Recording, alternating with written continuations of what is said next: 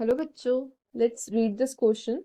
This question says the pi acceptor ligand are those which possess the vacant pi orbitals in addition to the lone pair of electrons. मतलब कि हमारे पास pi acceptor वो ligands होते हैं जिनके पास vacant orbitals भी हों, vacant pi orbitals भी हों और उनके पास lone pair of electrons भी हों एक्स्ट्रा में. ओके, तो यहाँ पे हमें ये बताना है कि इन चारों कॉम्प्लेक्सेस में से हाईएस्ट mc बॉन्ड ऑर्डर किसका होगा. तो हमें यहाँ पे ऑप्शंस में क्या दे रखा है. हमें ऑप्शन में दो चार्ज स्पीशीज दे रखे हैं, दो न्यूट्रल स्पीशीज दे रखे हैं. तो अगर हमने यहाँ पे अगर हम एमसी बॉन्ड की स्ट्रेंथ की बात करें तो हमारा ये डायरेक्टली प्रोपोर्शनल होता है ऑक्सीडेशन ऑफ मेटल के ऊपर.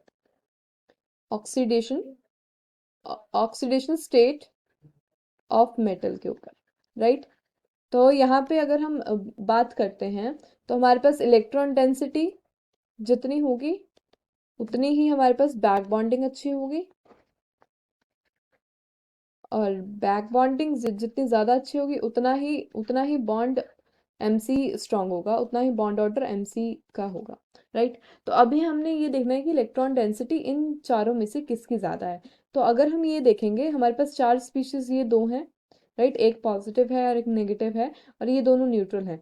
तो अगर हम इनमें से कंपैरिजन करना है तो न्यूट्रल वाले में तो मतलब कि इलेक्ट्रॉन डेंसिटी हमेशा कम ही होती है ना, अगर हम चार्ज के कंपैरेटिव करें. और पॉजिटिव की भी कम होगी बिकॉज इसमें एक इलेक्ट्रॉन की कमी है, एक इलेक्ट्रॉन की डेफिशिएंसी है, इसलिए इसमें वन पॉजिटिव चार्ज है. वन नेगेटिव मीन्स इसमें एक इलेक्ट्रॉन एक्स्ट्रा है.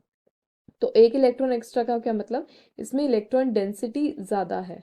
Electron density is more in VCO6 whole negative, right.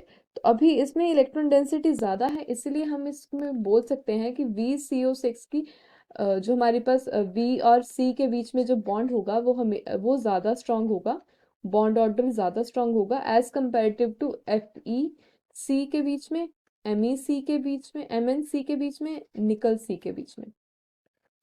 If we have to compare the bond order between these four, our VC bond order will be higher because of the higher electron density on the V due to this negative charge given outside the coordination sphere. So the correct option for this question is option A. तो यहाँ पे हम A हमारा final answer है. So A is our final answer. I hope you understand the concept. Thank you.